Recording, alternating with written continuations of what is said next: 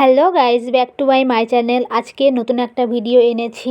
আমরা চলে এসেছি উদয়পুর দেখুরিয়া। তো এই গ্রামটার নাম হচ্ছে দেখুরিয়া গ্রাম, আর এটা হচ্ছে দেখুরিয়ার কালীবাড়ি। তো সেখানে আমরা এসে কিছু মুহূর্ত তুলে ধরলাম। আমার ভিডিও যদি তোমাদের ভালো লেগে থাকে তো ভিডিওটা অবশ্যই না টেনে পুরো দেখবে, আর নতুনত্ব ভিডিও দেখার জন্য চ্যানেলটা সাবস্ক্রাইব করে অবশ্যই পাশে থাকবে। উদয়পুর দেখুরিয়া নাম আমি শুনেছিলাম, কিন্তু কোন দিক দিয়ে যেতে হয় আমি সেটাও কোনোদিনও জানতাম না। আর আমি যে এখানে আসতে পারবো কালীবাড়ি, তো সেটাও আমি কোনোদিনও বুঝতেও পারিনি বা ভাবতেও পারিনি।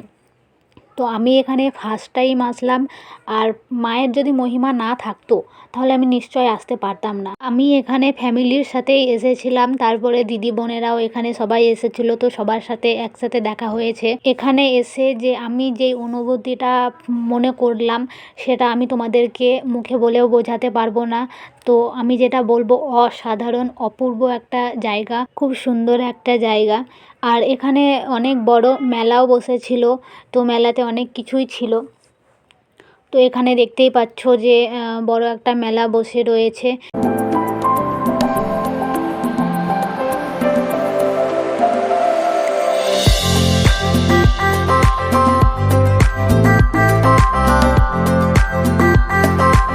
এরপর আমরা চলে যাচ্ছি দেখুরিয়া থেকে উদয়পুর। তো উদয়পুর তেমন একটা দূরে না, কাছেই। সবাই এখানে পায়ে হেঁটেই যাচ্ছে, জাস্ট একটা মাঠ পেরিয়ে গিয়েই হচ্ছে উদয়পুর।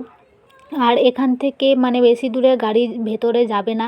তো আমরা তো গাড়িতে করে এসেছিলাম, গাড়ি ওই পিছনে রেখে দিয়ে আমরা এখান থেকে পায়ে হেঁটেই চলে যাব।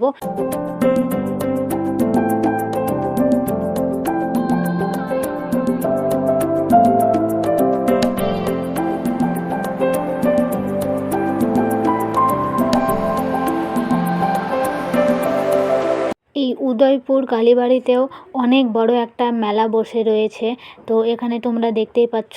ওখানকার থেকেও আমার মনে হচ্ছে এখানকার যে মেলাটা রয়েছে সেটা হচ্ছে মানে আরও বড় মনে হচ্ছে আমাকে।